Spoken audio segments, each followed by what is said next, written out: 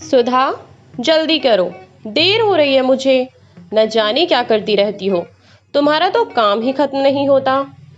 सुदीप ने आवाज लगाई तो सुधा जल्दी जल्दी लंच बॉक्स पैक कर किचन से लगभग दौड़ती हुई बाहर आई।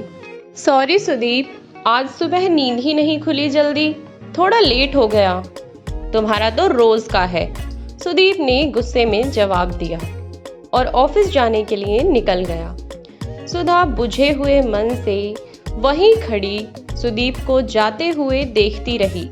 काश सुदीप एक बार ऑफिस जाते हुए मुड़कर देख ले, लेकिन ऐसा हुआ नहीं।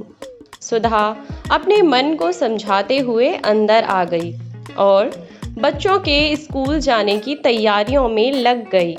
बच्चों के जाने के बाद वह घर की साफ सफाई और बाकी के काम करती थी। आज घर की सफाई करते करते वह आईना साफ कर रही थी कि उसने अपने आप को देखा। ऐसा महसूस हुआ जैसे बरसों बाद आईना देख रही हो।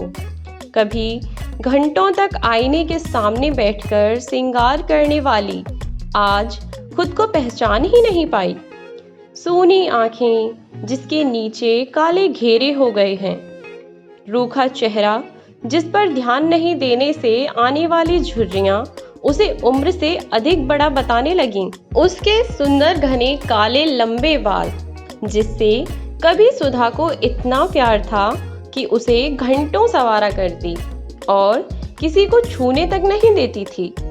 आज उनका इस तरह से बेतरतीब बंधा हुआ जूड़ा देखकर बहुत तकलीफ हुई। आज अपने आप को आईने में देखकर ऐसा महसूस हुआ कि जिसके लिए मैंने अपने आप को मिटा दिया, उसके नज़र में मेरी कोई अहमियत ही नहीं है।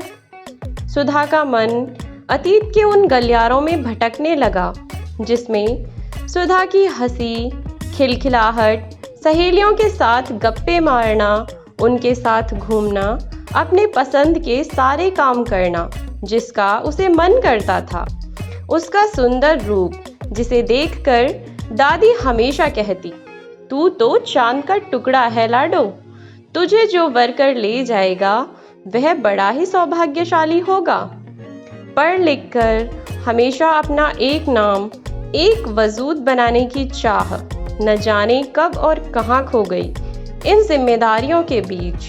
आज उसे ऐसा लग रहा था कि जैसे सुधा तो कब की मर चुकी है, यह तो सिर्फ एक चलती फिरती जिंदा लाश है। सब कुछ खोकर भी कुछ न खोने का कांटा सा चुभने लगा। तभी फोन की कर्कश ध्वनि सुधा को वर्तमान में ले आई। उसने फोन में देखा, सुदीप की फोटो उसमें चमक रही थी सुंदर मुस्कान के साथ। उसने उठा लिया और जैसे ही हेलो कहा, उधर से आवाज आई, इतनी देर क्यों लगाती हो फोन उठाने में सुधा, क्या कर रही थी? जी वो, अच्छा सुनो, शाम को मेरे कुछ फ्रेंड आने वाले हैं तो उनके लिए भी डिनर बना लेना और मैंने कुछ सामान भेजा है उसे ले लेना, ठीक है? इतना कहकर सुदीप ने फोन काट दिया। सुधा कुछ देर फोन को देखती रही, फिर तैयारियों में लग गई। बच्चों को जल्दी डिनर कराकर उसने रूम में भेज दिया और खुद भी तैयार होने चली गई। तैयार होकर जैसे ही आई कि बाकी के सारे काम कर लूं, तभी दरवाजे की घंटी बजी। देखा तो सुदीप थे। सुधा को देखते ही बोले, तुम कहीं जा रही हो क्या? सुधा, नहीं तो, आपने कहा था ना कि मेहमान आने वाले हैं डिनर के लिए, इसीलिए चेंज कर लिया। तुम्हें उनके साथ बैठना तो है नहीं, फिर यह सब करने की क्या जरूरत थी? सुदीप कहते हुए रूम में चला गया। सुधा समझ ही नहीं पाई कि क्या कहे। बालों का जूड़ा बना कमर में साड़ी का पल्लू लपेटकर फिर से किचन में लग गई। थोड़ी देर बाद सारे गेस्ट भी आ गए। फिर सबका नाश्ता और औपचारिक मुलाकात के बाद सुधा डिनर की टेबल लगाने लगी। सभी खाने का आनंद ले रहे थे और गपशप कर रहे थे कि ऑफिस में काम करने वाली लड़कियों की बात छिड़ गई। उनके कपड़े, उनके श्रृंगार और उनके चाल चलन का न जाने क्या क्या चर्चा का विषय होने लगा। एक ने कहा, लड़कियों को ऑफिस में काम ही नहीं देना चाहिए, वह घर के काम ही करते ठीक लगती हैं।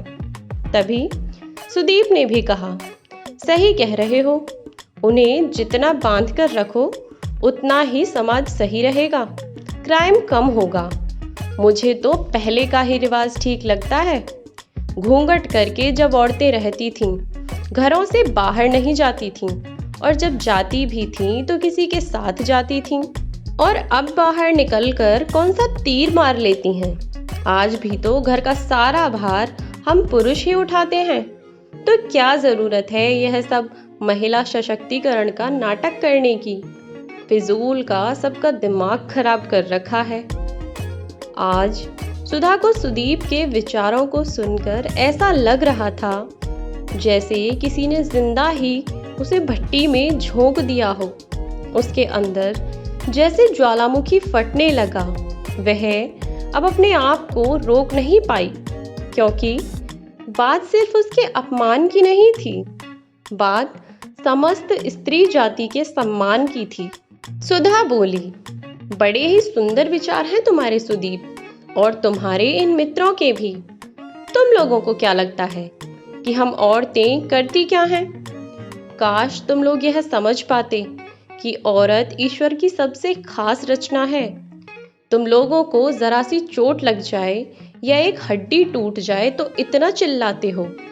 काश वह दर्द महसूस कर पाते जब हम एक बच्चे को जन्म देते हैं, जो 20 हड्डियों के एक साथ टूटने के बराबर दर्द होता है। उस पर यह सुनने को मिलता है कि औलाद पैदा करके कोई महान काम नहीं किया। तुमने कभी उसे घर से निकाल देने की तो कभी उसे तलाक देने की धमकी देते हो, और अगर इससे भी संतुष्टि नहीं मिलती तो उसके माँ बाप को बुलाकर उन्हें जलील करते हो। लोगों को क्या लगता है कि औरत कोई खिलौना है जिसे जब चाहा खेला और तोड़कर फेंक दिया? अकेली औरत को देखकर तुम पुरुष उस पर दानव की तरह टूट पड़ते हो। हम तो ऐसा नहीं करती किसी भी अकेले पुरुष को देखकर। तुम पुरुष कहीं भी अपनी पैंट खोलकर लघु शंका करने के लिए खड़े हो जाते हो, और दोष हम औरतों पर कि हम समाज को दूषित कर रही हैं। अगर यह कह दें कि हमारा तन मन हमारा है, इस पर हमारा पूरा अधिकार है, हम जिसे चाहें दें, तो समाज और मर्यादा का उल्लंघन है। सिर्फ औरतें ही विवाह के समय दान क्यों दी जाती हैं, मर्द क्यों नहीं? क्योंकि मर्दों में दूसरे का घर बसाने की शक्ति ही नहीं है। अपनी कोख से बड़े बड़े वीर, पीर, पैगंबर जन्मती हैं, फिर भी यह पुरुष समाज कहता है औरत नरक का द्वार है। उसे जन्म से चुप रहना, सहना सिखाया जाता है। जहां उसने अपने सम्मान और रक्षा के लिए आवाज उठाई, वहीं मार दी जाती है। अपने वात्सल्य और छाती से जीवन सींचती है, और उसी छाती के कारण तुम जैसे लोगों की गंदी नजरों का शिकार होती है। उसे तार तार कर, अपमानित कर सड़कों पर फेंक देते हो। जिससे प्रेम करती है उस पर आंखें बंद करके विश्वास करती है, यही उसका गुण है। लेकिन तुम जैसे लोग इसी का स्वांग रचकर उसे ठगते हो। काश कि तुम लोग समझ सकते कि औरत क्या है। काश औरतों को तुम लोगों की तरह छल करना आता, तो आज इस तरह यहाँ बैठकर बातें नहीं बना रहे होते। तुम जैसे खोखले विचारों वाले लोगों के बीच खड़े होने में भी मुझे घुटन महसूस हो रही है। कहते हुए सुधा लॉन की खुली हवा में सांस लेने को चल दी। सुदीप और उसके मित्र वहीं सिर झुकाए शर्म से बैठे रहे। ऐसा लग रहा था जैसे आज उन्हें किसी ने आईना दिखा दिया और वह आईने में अपना चेहरा ही नहीं देख पा रहे हैं। तो दोस्तों, ये थी हमारी आज की कहानी। इस वीडियो में बने रहने के लिए धन्यवाद। लाइक शेयर करना वीडियो को बिल्कुल ना भूलें और चैनल को सब्सक्राइब कर दें। ताकि आप रोज़ रोज़ ऐसी ही अनोखी और मज़ेदार शिक्षाप्रद और इंस्पिरेशनल स्टोरीज पढ़ सकें।